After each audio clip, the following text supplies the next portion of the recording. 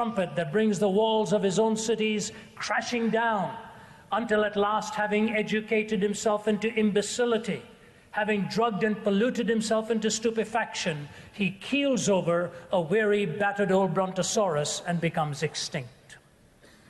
Boredom out of his own affluence, impotence out of his own erotomania, vulnerability out of his own strength. The strength of education has made us vulnerable to some extreme, radical, destructive views.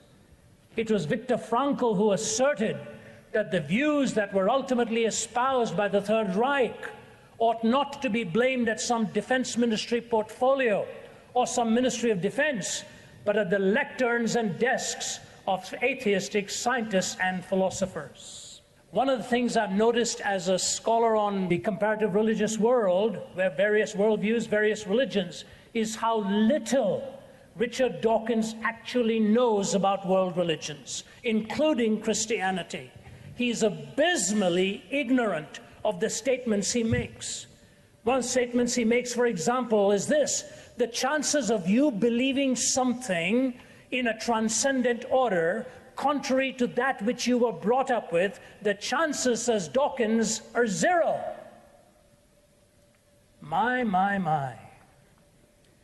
Has he read what's happening in China?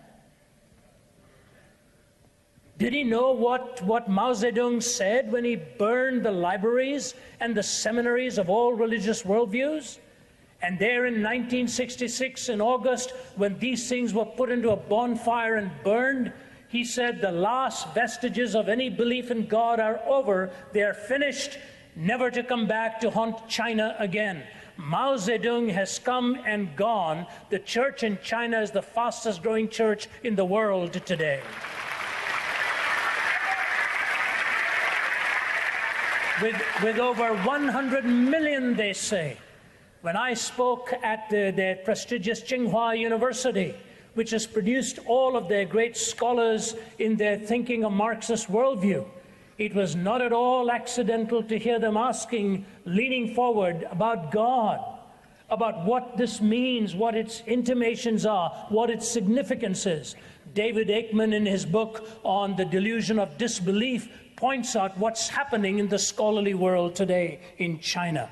So what I want to do with, ladies and gentlemen, is start off with this. How does the naturalist compare to the theist in the way they come to know anything?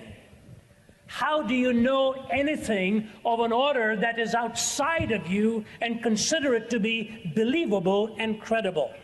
There really are actually three ways that we divide this up without getting into some rigorous study of the certainty of knowledge. Number one is this: to claim a total objectivity or a transcendence, but that is physiologically, logically, and ideologically impossible. Let me explain that statement for you.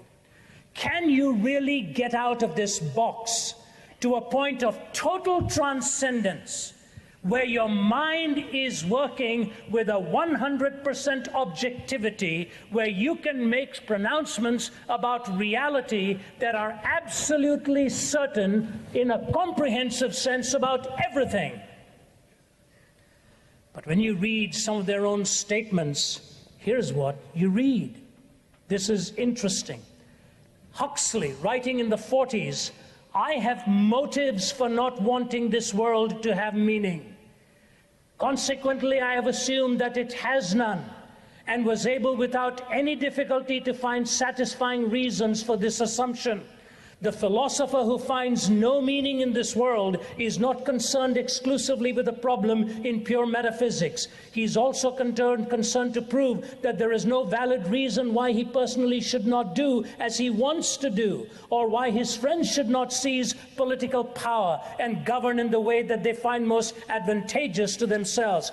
For myself personally, listen now please, writing in 1946, says Huxley, for myself personally, the philosophy of meaninglessness was essentially an instrument of liberation, sexual and political.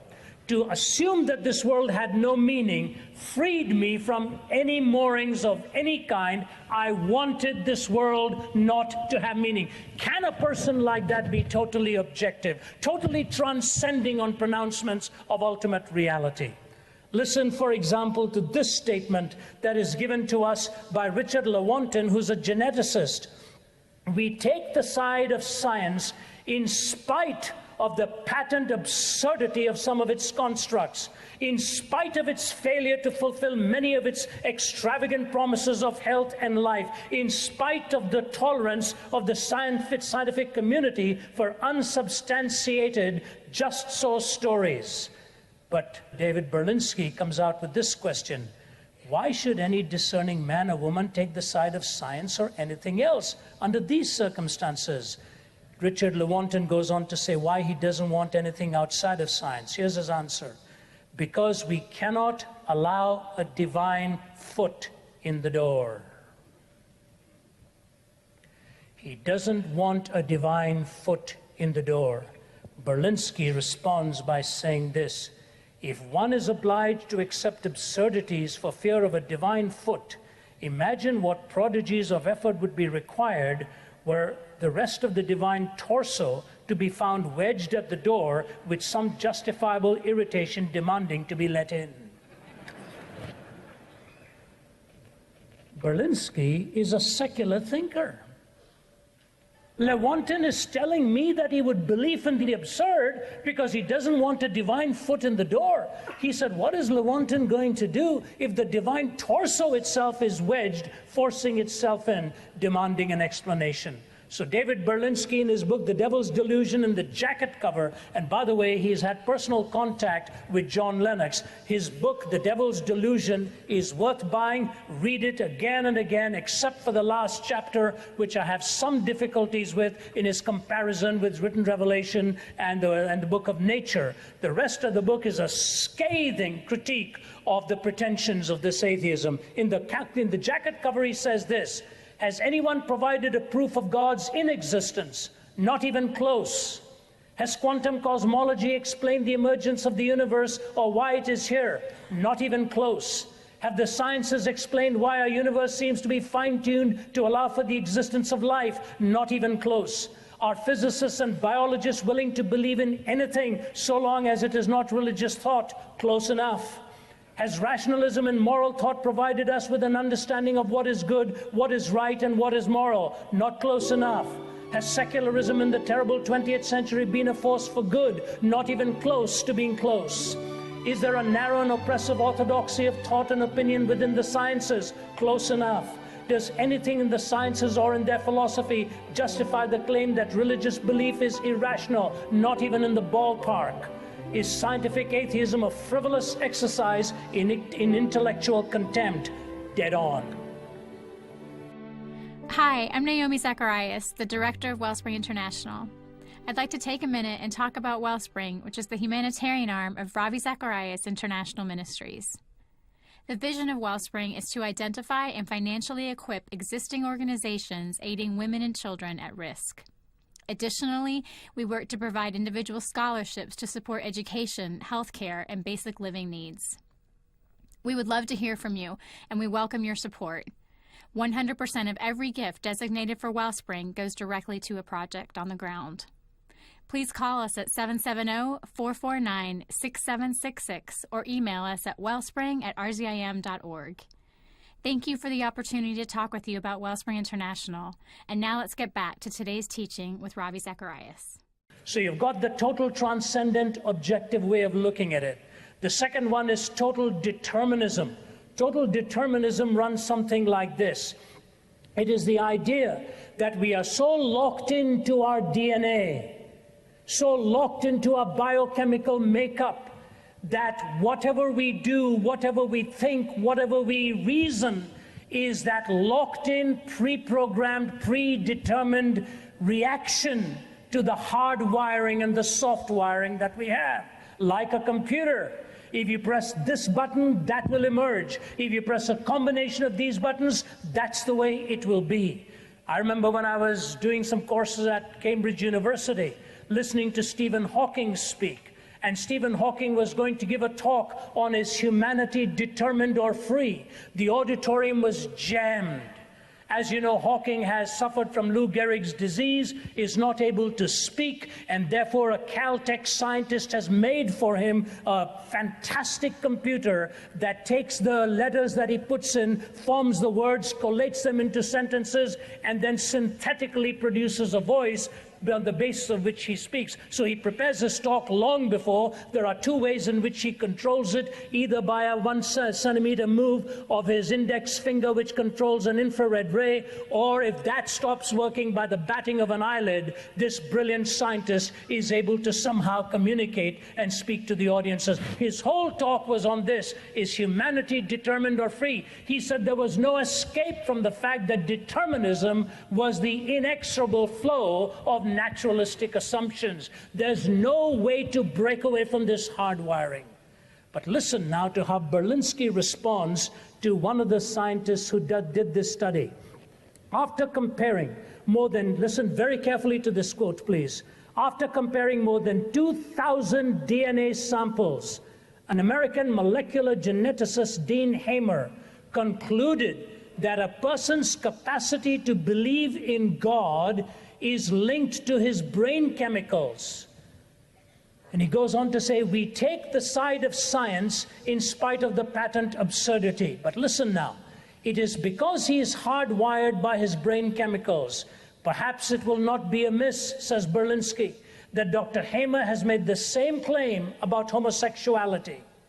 And if he has refrained from arguing that a person's capacity to believe in molecular genetics is linked to a brain chemical, it is no doubt owing to the prudent sense that once that door is open, God alone knows how and when anyone will be able to slam it shut again. See what he's saying?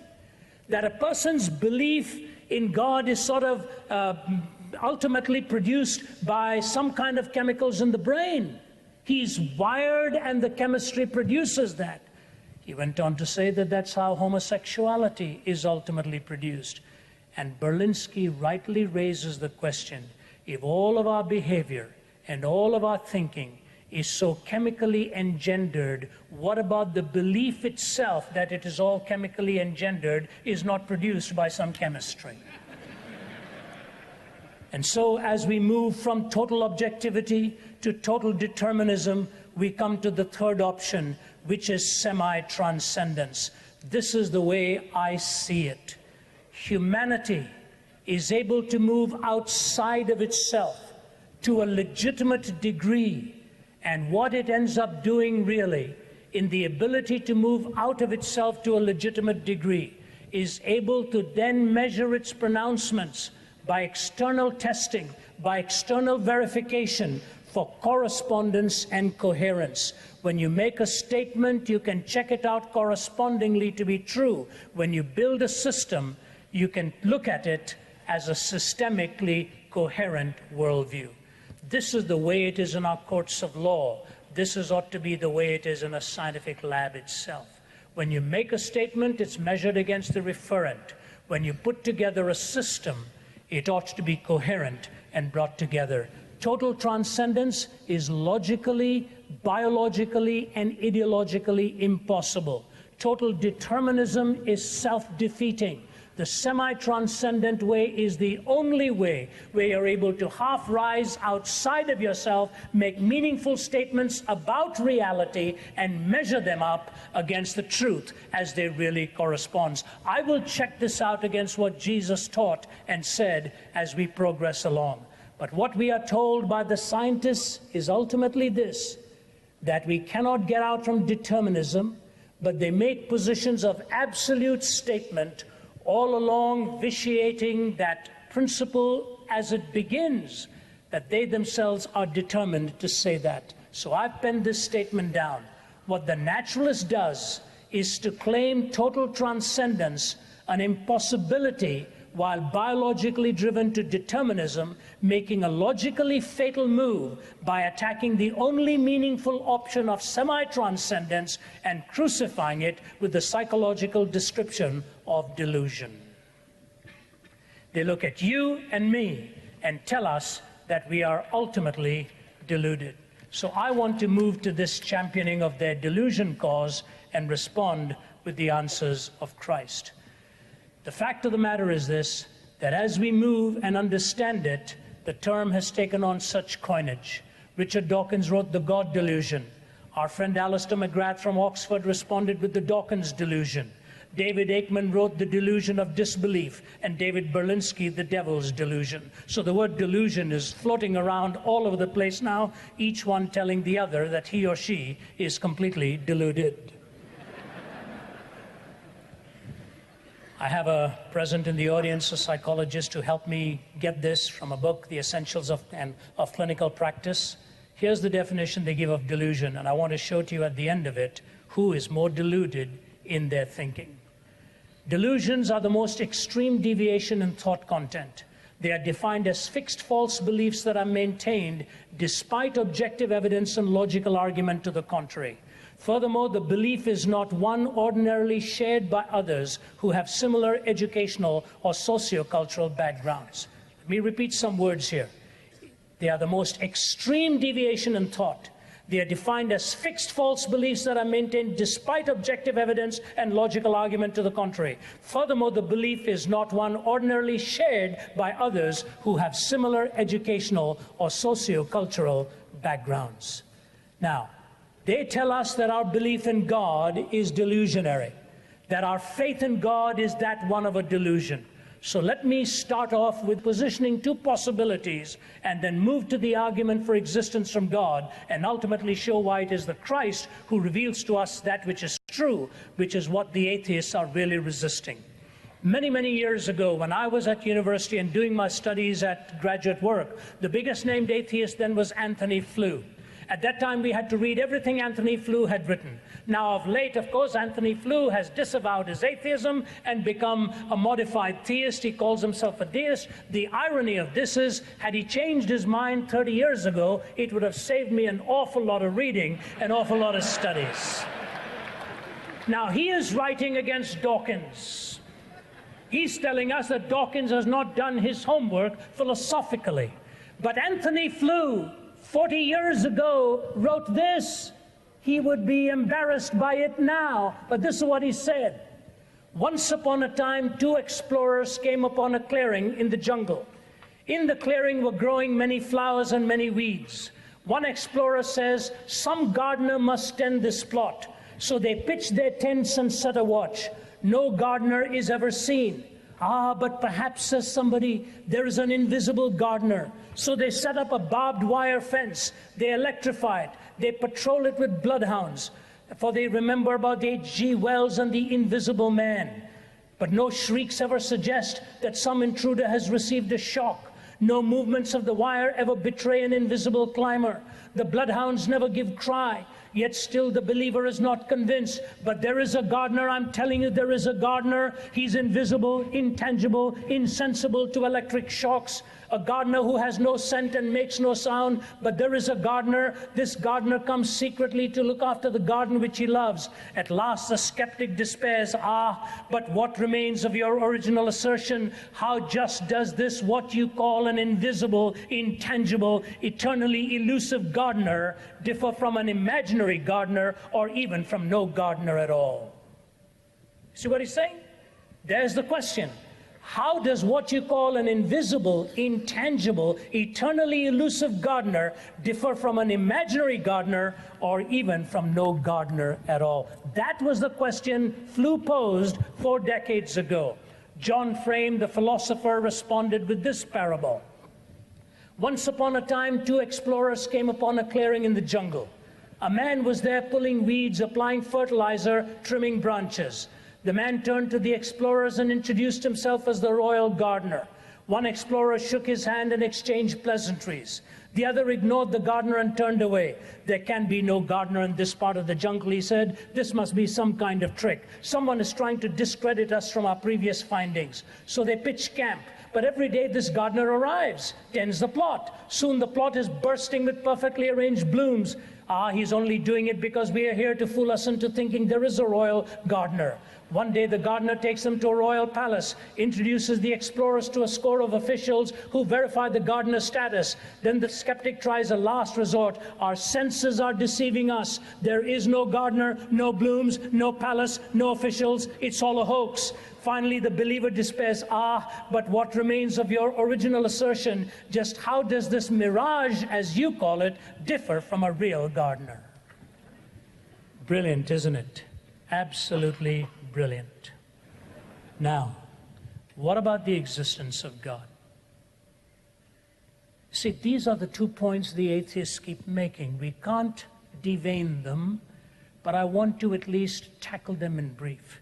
The first argument that they make is that there's really no denotative proof for God. If Luigi made my pizza, I can point to Luigi and say, Luigi made my pizza.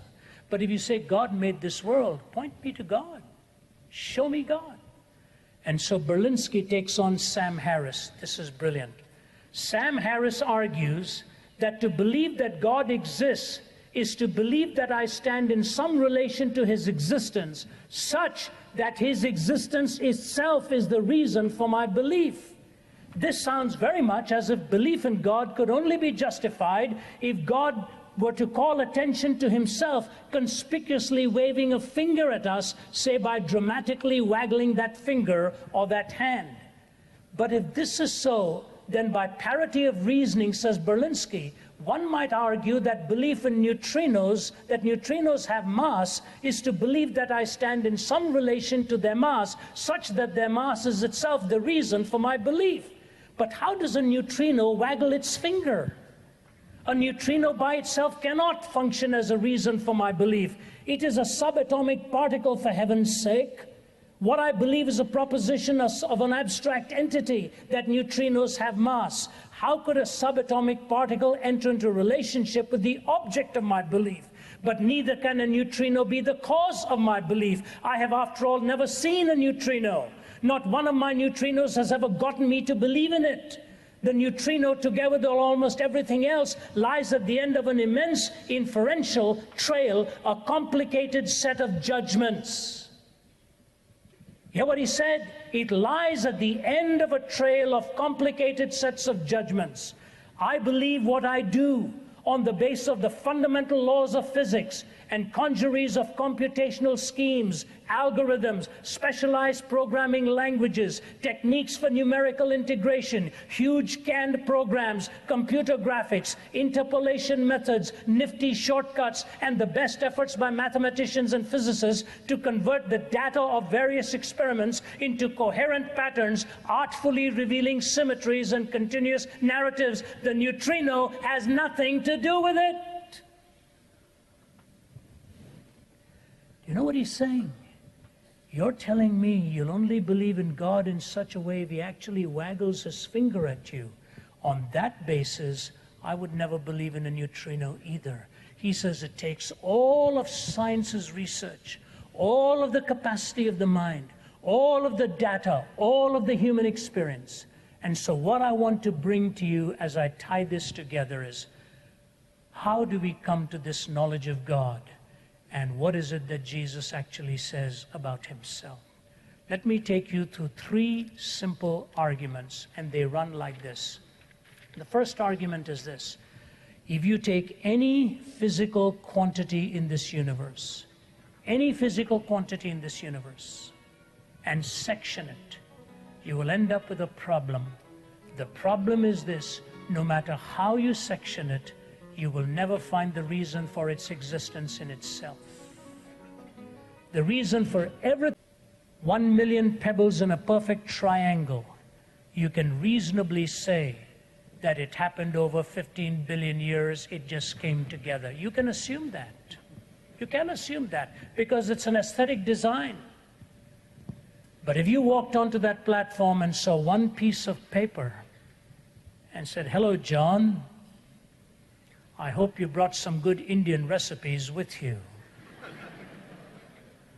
would you for even one solitary moment think that 15 billion years had put that sentence together? Tell me the truth. You're looking at language. You're looking at sense. When a spaceship blows up, we say, what went wrong?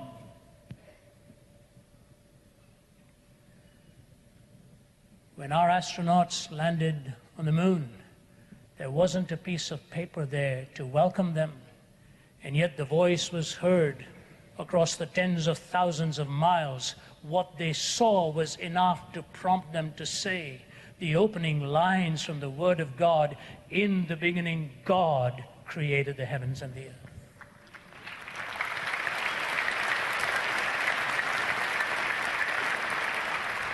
Not one of you, hearing the first words from the mouth of your child, "Mommy," or "Daddy," or the simple epithet, "I love you," will think for a moment it is the random collocation of atoms uttering to you some unfathomable mysteries. Christopher Hitchens, Daniel Dennett, and Sam Harris had better beware, because the one question they're raising against the existence of God is that there's so much of evil in this world, which is such a self-defeating argument. I was in Minnesota day, 3 days ago, and the head of the Atheistic Association Minneapolis came, and he was taking me on toe-to-toe. And the angriest he became was when he was talking about God. God is the greatest abortionist. I said, what's wrong with that? I said, what's wrong with that? You just said that you deny anything of transcendent value except freedom. What's wrong with that? The anger with which they speak about God, you would not speak against a tooth fairy. Something in the back of the minds tell them he's real and we're angry.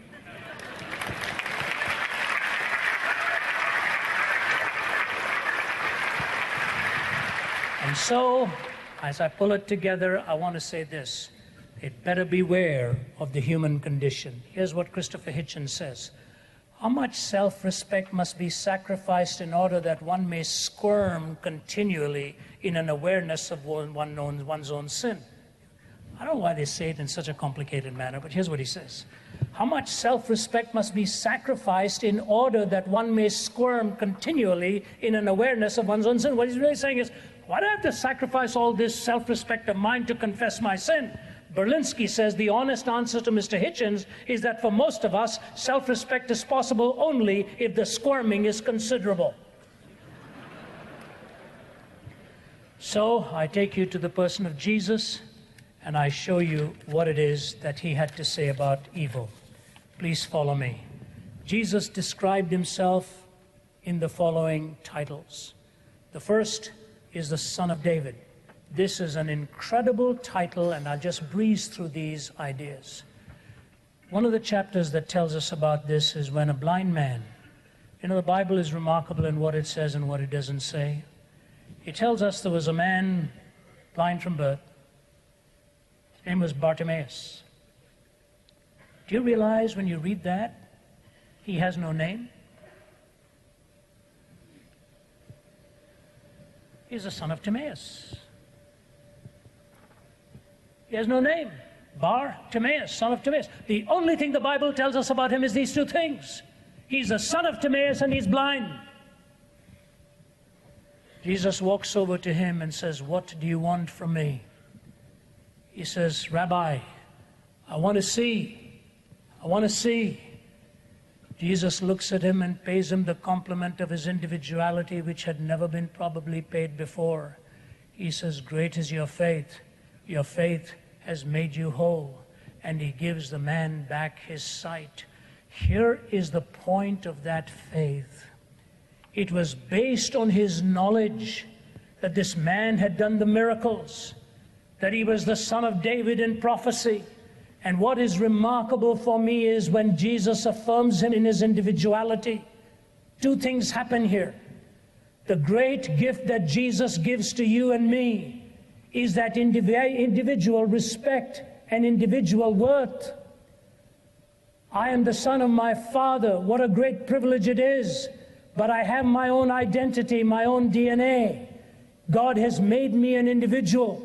And when by faith at the age of 17 on a bed of suicide, I committed my life to Christ, the answer that God gave to me was not because of the faith of my father, but it was because of the faith that I had placed in him. When you place that trust in him personally, he will affirm you and help you to redefine everything and see in a way you'd never seen before.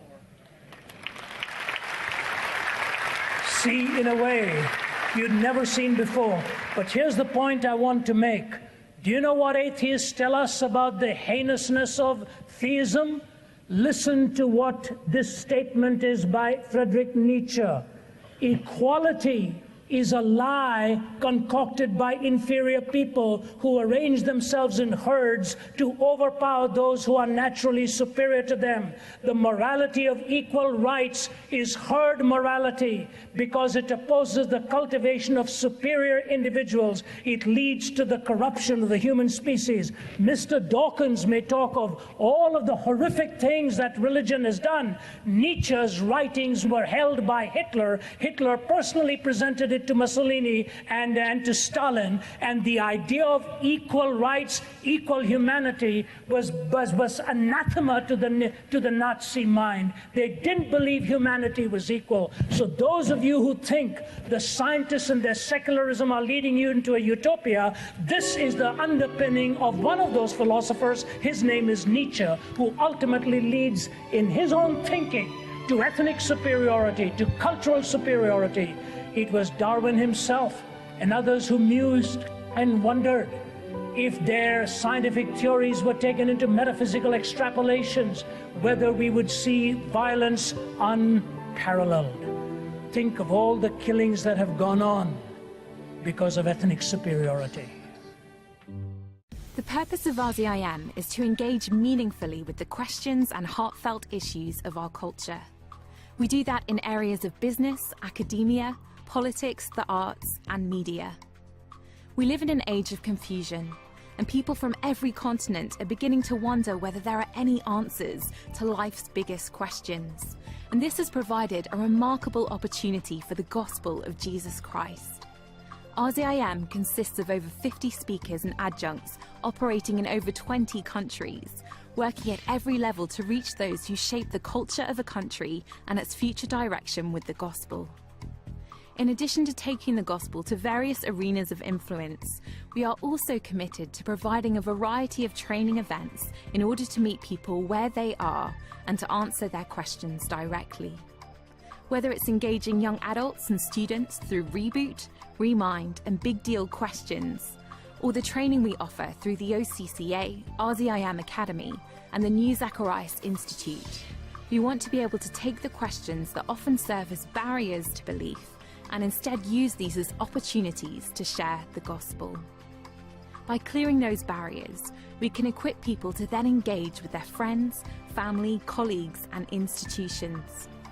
Our purpose is not only to increase people's knowledge, but to address the obstacles that stop people from seeing the credibility and beauty of the gospel of Jesus Christ.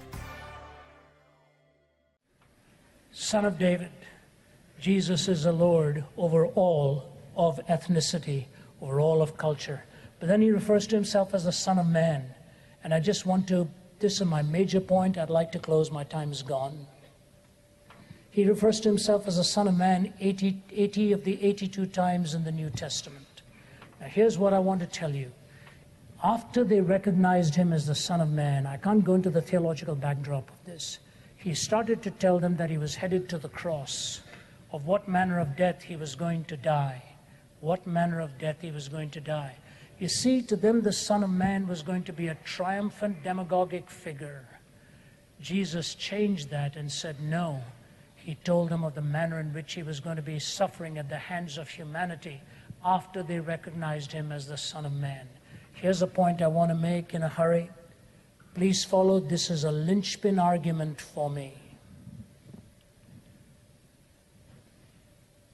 Richard Dawkins was asked the question very plainly what he thought about God. You've heard this. It is quoted in many books, and David Aikman in his book. Listen to this, it's a mouthful. What do I think about God? The God of the Old Testament is arguably the most unpleasant character in all fiction.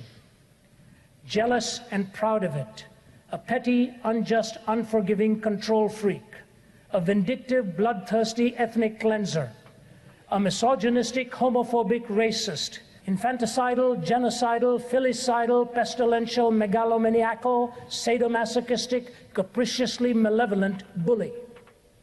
I guess he doesn't like God. Listen to it. He's jealous, petty, unjust, unforgiving, vindictive, bloodthirsty, misogynistic, homophobic, infanticidal, genocidal, filicidal, pestilential, megalomaniacal, sadomasochistic, capriciously malevolent bully. Now, he's just finished telling us he's a fictional character. That's half of the point. The other half of the point is when you ask him what he thinks of humanity, he goes on to say that he believes basically in the goodness of humanity without God watching over. Now, I don't know if I'm confused or he is. If God doesn't exist and all these descriptions apply, who did these things?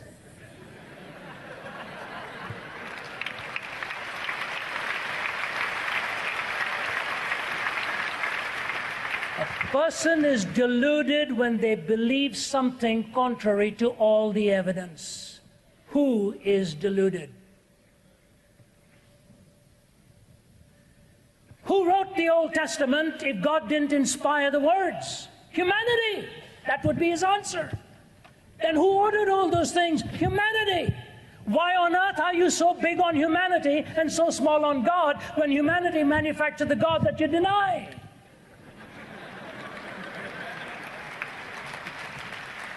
Has anybody asked him this question?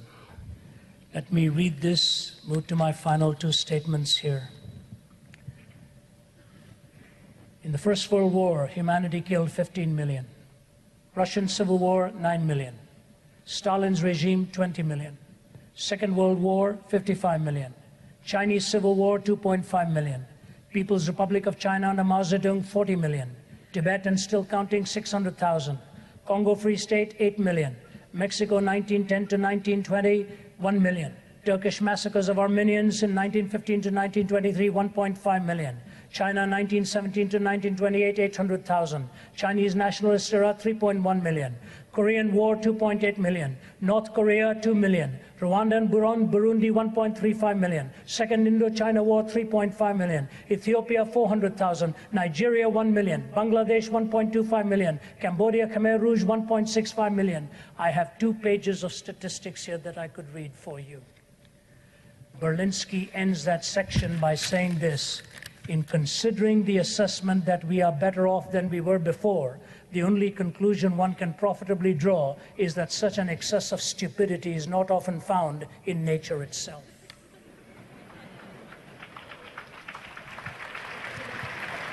Son of David, the Son of Man. Thirdly, I bring to you the Son of God. Here he brings to you carefully and closely the relationship. God is a being in relationship. And what God wants from you and me is a relationship with him that then brings us into relationship with our fellow human beings. I have never had more love and respect for humanity, and my love for humanity is based entirely upon my love for God, who created us in his image. Moses wrote 613 laws. David reduced it to 15. Somebody else to 11. Micah to 6. Someone else to 3. Jesus reduced it, no, not to 1. He reduced it to 2. That you shall love the Lord your God with all your heart and all your soul and all your strength and all your mind, and your neighbor as yourself. On these 2 hang all of the laws and the prophets. Did you hear that? He told me to love him with all my heart and soul and mind and strength, and my neighbor as myself. On these 2 pegs hang the entire corpus of hundreds and hundreds and hundreds of laws. That challenge given by God shows me of His love for you and for me. You know, the Bible talks about the Trinity. Berlinski says light is both particles and waves. In the famous debate that Einstein had with a fellow scientist, they couldn't conclude it. They agreed that light shows both the properties of particles and waves, and so they call it a wavicle. The secular Jew said, has it occurred to anybody that for the Christian might not be a problem because of the Trinity? That God can be one and three at the same time, if light can be a particle and a wave at the same time. If you take a woman who's just been impregnated by her husband, within that moment of conception, even unknown to her, you've got her, you've got the husband's DNA in her very blood there flowing, and then you've got that little child. Three entities in one being, in an incredible way and a mystery. We think we understand it. We really don't. We just describe it. Even one woman can be three persons, distinctive as it were. Is it impossible for God to be three persons in one essence, in an infinite scale of transcending all of humanity?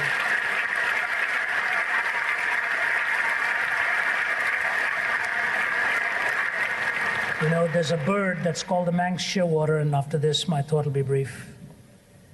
A Manx shearwater is a bird that's only comes on land in Wales to lay its egg at the bottom of a rabbit burrow. And so scientists were trying to see what they could do to change this routine.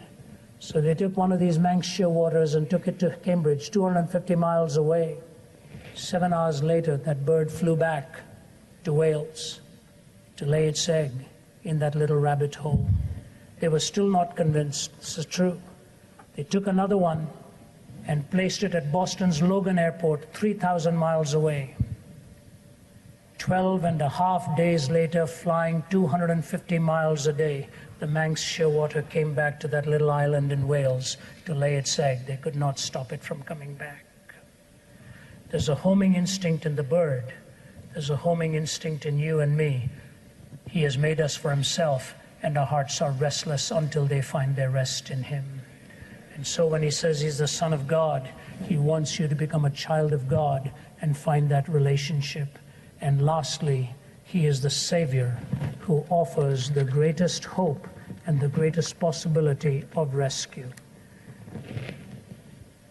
I want to do two things here, tell you a little story and show you a picture, and then close.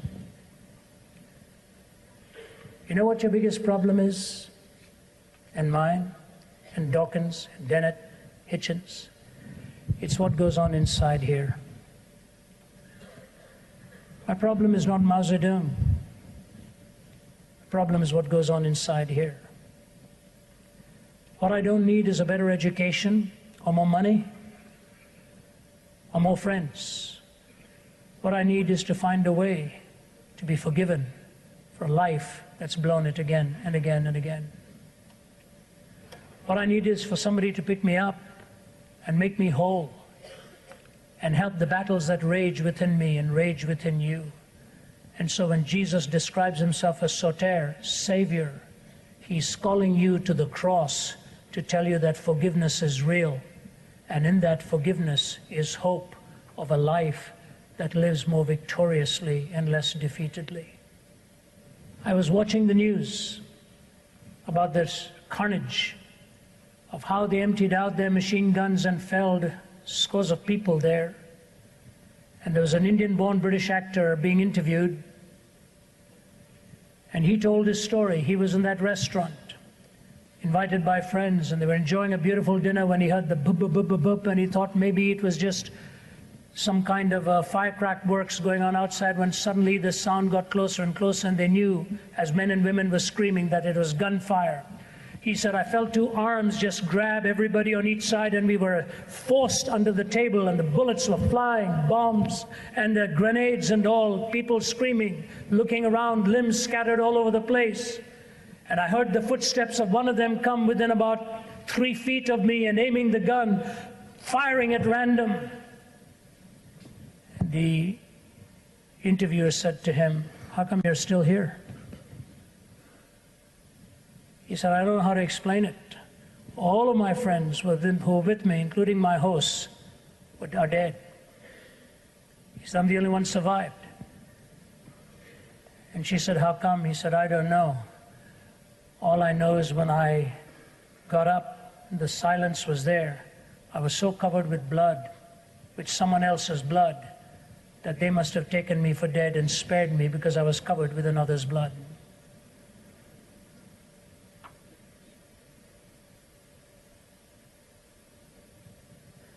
That's the gospel.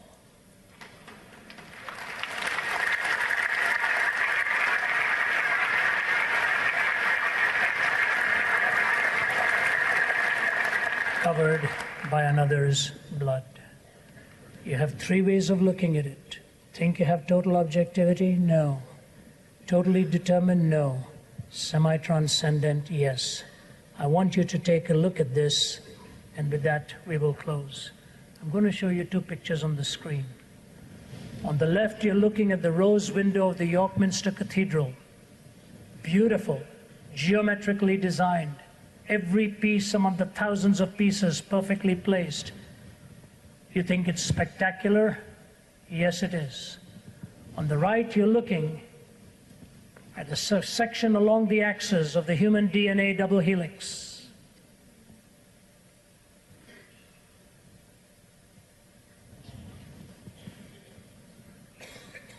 It was given to me by Francis Collin, the director of the Human Genome Project. We spoke together at Johns Hopkins, and I use it with permission from him.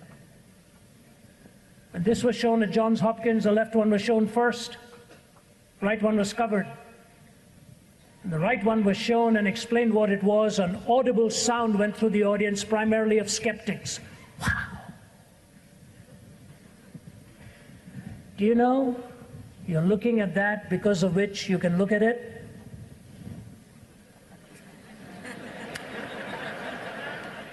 You're admiring that because of which you can admire it.